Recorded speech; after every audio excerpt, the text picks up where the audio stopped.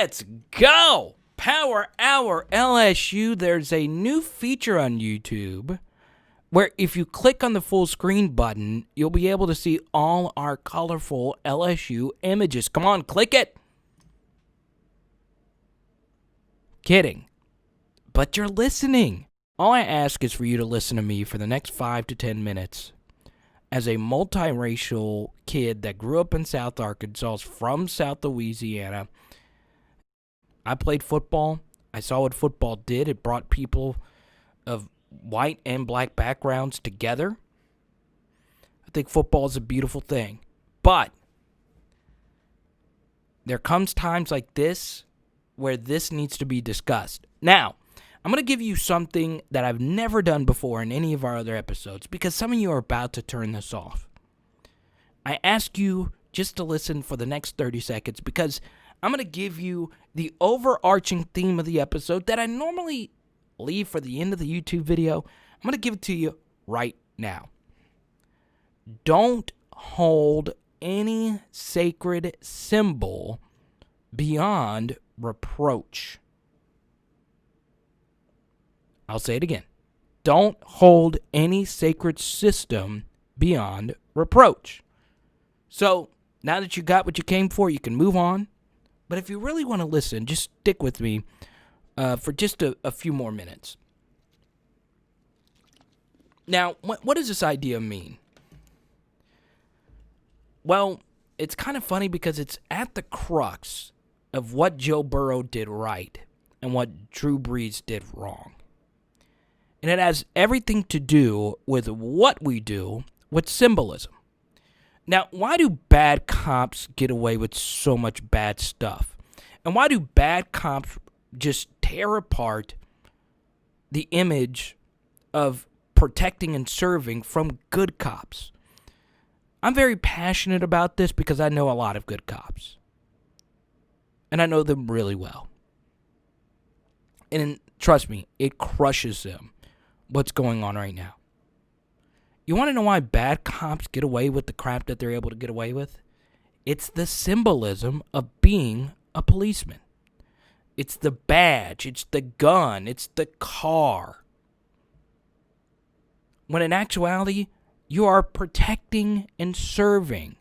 You are a person that needs to be able to process information better than all of us. Now, in the last episode, we talked about specifics. Here's a perfect example. We know about George Floyd. We know Derek Chauvin murdered him, put a knee on his neck. George Floyd had to suffer and die. But cops have to be able to realize their power should not be held over the power of people. That's at the crux of a lot of our problems. That's what happened. Derek, whatever his name was, thought since he was a big, bad police officer, he could abuse that power. So this is where it's going to get fun. Now, for me, most of my run-ins with police have been just traffic stops or speeding. I did have one case of police power that has still scarred me to this day. And I was not physically harmed, but emotionally, it was not fun. It wasn't. I'm pulling up my chair, y'all. It's about to get fun. Okay, I promise you. Because this is milder than what a lot of people of color are saying right now. And at the end of today's episode, this will enlighten you. I promise you, more than any other episode, because it's enlightened me. Now, one reason why, and this is going to sound so funny, but it's true. When I became a comedian, this idea basically was cemented into my soul. Holding things that are sacred just to tear them down. That's what comedians do. A lot of the good ones. Go watch Dave Chappelle, Bill Burr, any of those guys, Chris Rock. Their style of comedy is just tearing apart ideas and making it funny. And because of that, it's not particularly my comedy style, but it helped me understand that anything can be joked about, or anything that's supposed to be so serious can be, of course, peeled away like an onion. So what does this mean? Like, I'll tell you through the eyes of Joe Burrow and Drew Brees. Now, I'm going to go back to the Joe Burrow tweet that took the world by storm on May 29th. The black community needs our help. They have been unheard for far too long. Open your ears, listen, and speak. This isn't politics. This is human rights. And that's a bold statement. But is it? It's not really that bold. That's the irony of it all. And people went crazy underneath in the comment section. They were like, well, Planned Parenthood's a problem. And what about Chicago? And what does that have to do with what he had to say? Nothing. It was rather mild. Yes, the black community has been underserved. If you don't believe that, through drug epidemics, through bad policing, if you don't believe, then your white privilege is showing.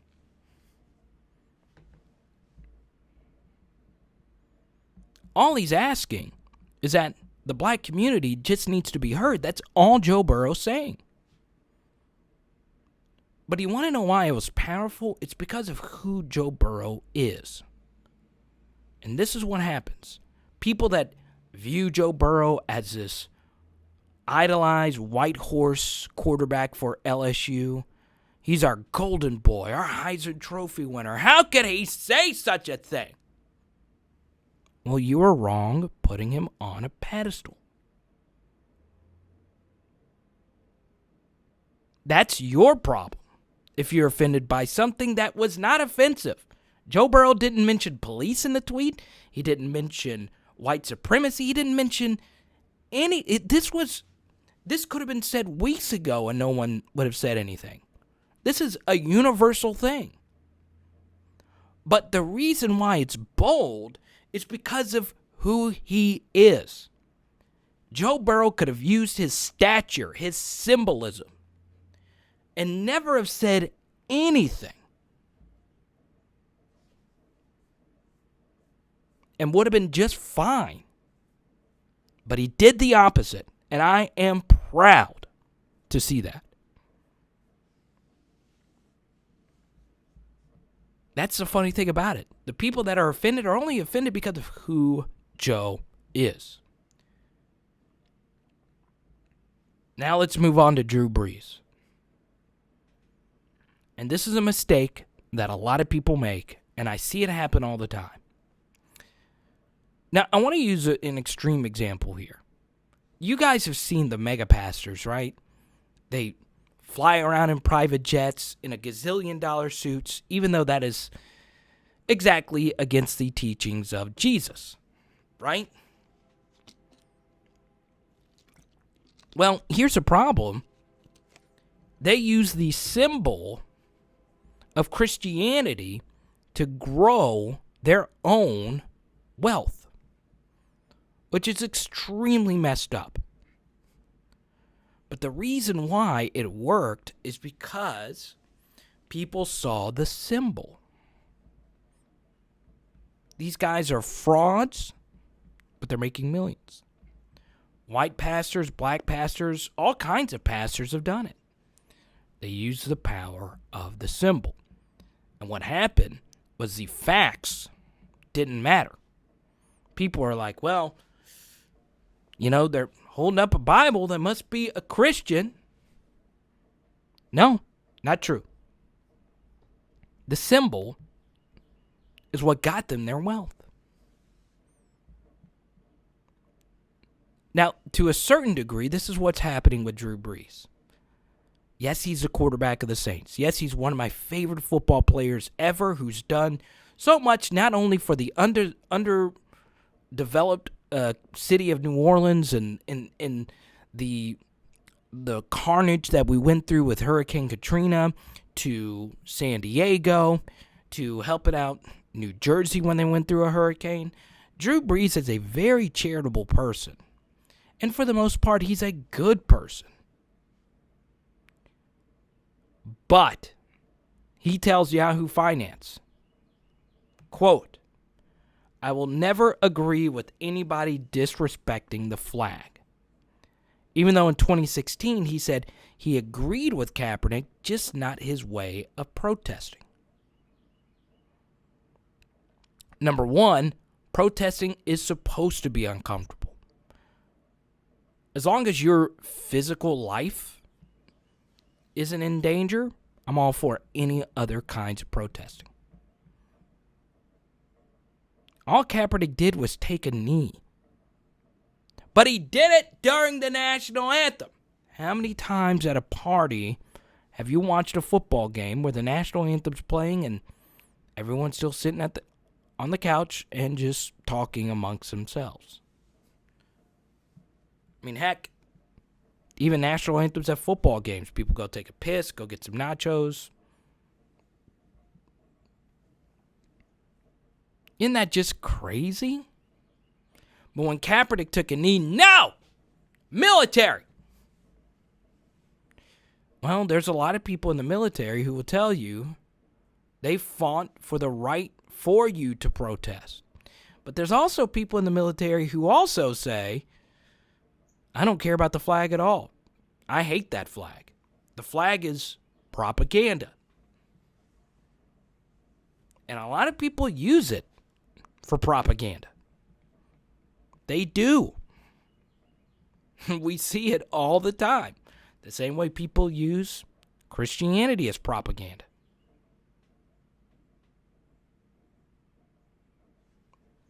And people use it in the worst way imaginable. Now, what people fail to mention about Drew Brees and his comments on the Yahoo Finance is that he is talking about his grandparents who fought in wars, and don't get it twisted. That's great. I'm happy what Drew Brees has done for the military. But he is insisting that the flag is a time of unity, and this is when we should be united, and the military fought for this flag. When that's the exact wrong idea to have about it. Because there's a lot of people who have stood for different flags that stood for oppression in a negative way. But even if you positively say everyone should do this and everyone should do this, you're still doing the exact opposite of what America is. It's the land of the free. That symbol, any symbol, can mean anything to you. We should be fighting for the ability to tear down symbols. Don't hold your life so heavily intertwined with archaic things that really, in the grand scheme of things, don't mean anything. And that's Drew Brees' problem. He just can't get over it. Colin Kaepernick probably had no problem with the American flag. I don't think he really cares. He was protesting for human life. And when your idea of a symbol means more than human life, that's the problem. Now, I'll tell you this. If I'm at a football game or wherever, and I hear the national anthem play, I'm going to stand and cover my heart because I do think of the military and all the people that have fought and died. I do think about that. But on the other hand, they're not fighting for that. They're fighting for your ability to be free. And that's the beauty of it. Now, for those that listen to me throughout, I deeply appreciate it. It means a lot as a person of color. I am willing to answer all questions. That's what I wanted to get at. Because there's still people that think the George Floyd thing was justified, and people are joking about it. Now, that's a very minute minority. But a lot of people are like, well, the police are the police. So for people that say, well, we don't need the police anymore, you're wrong. And then there's other people that say, well, we don't, the police. I don't want to get too deep into it. We need the police, but we also need police reform. But I'm telling you, what I shared with you today will transcend what's happening now. It is something that you could take with you for the rest of your life. And it will free you from so much of being offended and clutching your pearls. I'm telling you, it'll make your life a lot better.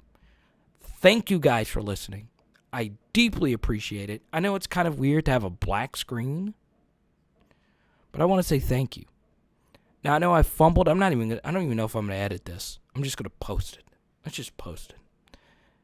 It's Hour LSU.